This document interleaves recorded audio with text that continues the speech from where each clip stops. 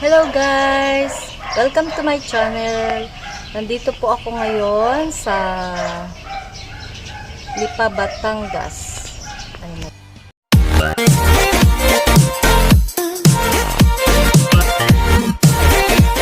Hello guys! May challenge ako sa sarili ko. Since nandito ako sa napakaluwag na bakuran at farm ng uncle ko, so tayo po ay ang challenge ko ay punuin ko yung butas doon ng ng mga dahon. Doon ko siya ilalagay. Challenge ko yun sa sarili ko. Tignan natin kung makakaya ko. So dami dami kasi mga dahon. Ayan. Ang mga dahon. Ayan pa. Yung uncle ko masipag. Lagi siya nagwawalis. Ayan. Ayan siya. So nagbakasyon ako dito. Dumalaw ako. And then naisip ko magpapawis. Gagawin kong challenge yung magkalaykay. Kakalaykayin ko tong ito, yung mga yan. Lalagay natin sa butas. Tignan natin kung hanggang saan tayo makakarating ng pagkakalaykay. Yan. Ito yung butas. Ito yung butas, ayan. Kailangan mapuno ko. Wish ko lang mapuno ko yan ng mga dahon-dahon. Ayan. And then yung mga dahon na yan is pabubulukin nila yan para gawing fertilizer sa halaman. Instead na bibili ng fertilizer, edi yun na. So guys, ilalagay ko tong camera ko dito para ako ay mag-start ng magkalaykay. Ayan. Try natin.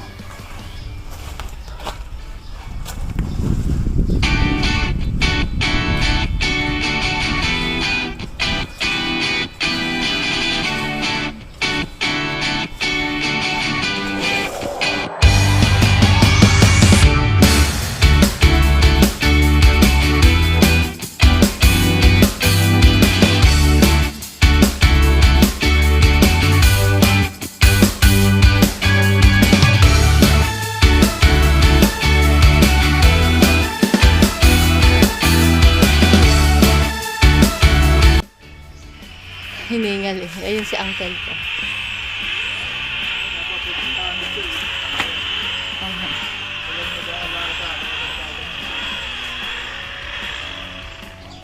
Ayun si uncle ko, ex-abroad dyan. So, nag-decide siya na mag-stay na lang dito sa farm niya for good.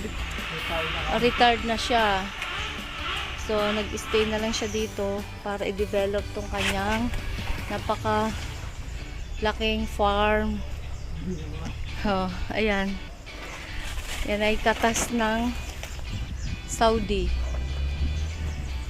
Ayan. So, ito yung mga challenge ko. Sarili ko. Ayan, dami. Ayan. Start na ulit tayo.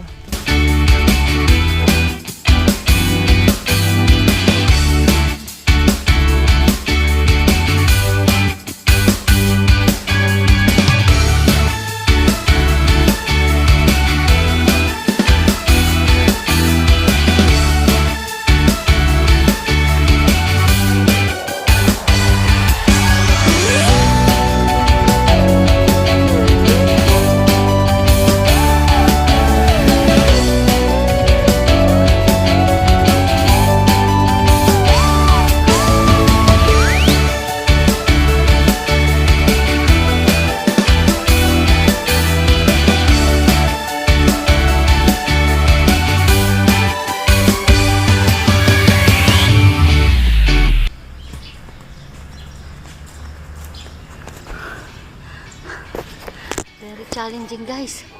Grabe. Very challenging talaga. Pero okay lang. Nakakatulong na ako. Tapos, maano ko pa tong aking.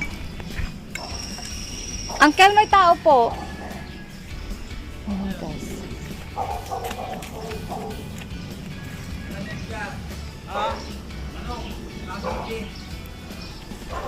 Ayun guys, tambak yan guys. Kakalkalin natin yan. Nalagay doon. Wala ko kung muna yung kwan.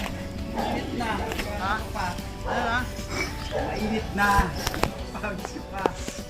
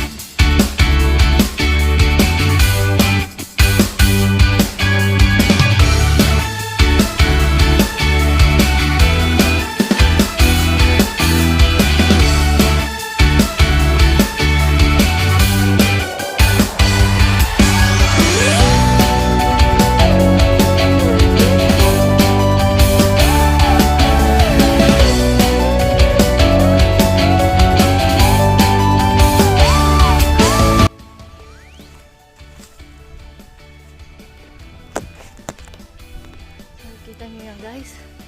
Yung tambak na yan. Galisin natin yan. Tapos ilalagay natin doon sa butas na iyon. Yan. Yan ang challenge.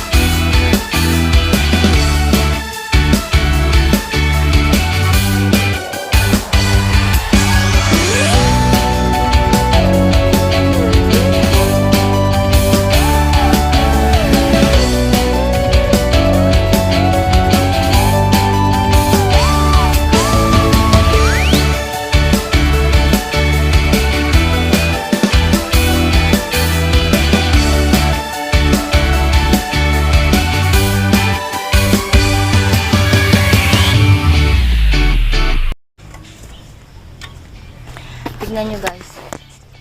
Tignan natin guys yung nangyari ko. Ayan, wala dito hanggang doon sa dulo. Nangyari ko yan. Linis na guys, diba? Hiningal ako. O ayan guys. Linis ko yan. Yan doon. Oh. Hindi ko mapuno. Hinihingal na ako. Actually guys, hindi ko siya napuno. Ang challenge ko is punuin. So hindi ko siya napuno. Pero nagawa ko naman, naging malinis. Natanggal ko yung mga tambak, yung mga dahon. At ayan na siya ngayon. Guys, ang hirap pala ng buhay ng farmer, no? Maghapong nagbubungkal ng lupa saka ng tanim para meron tayong makain na mga prutas, bunga ng mga punong kahoy. So yun, challenge done.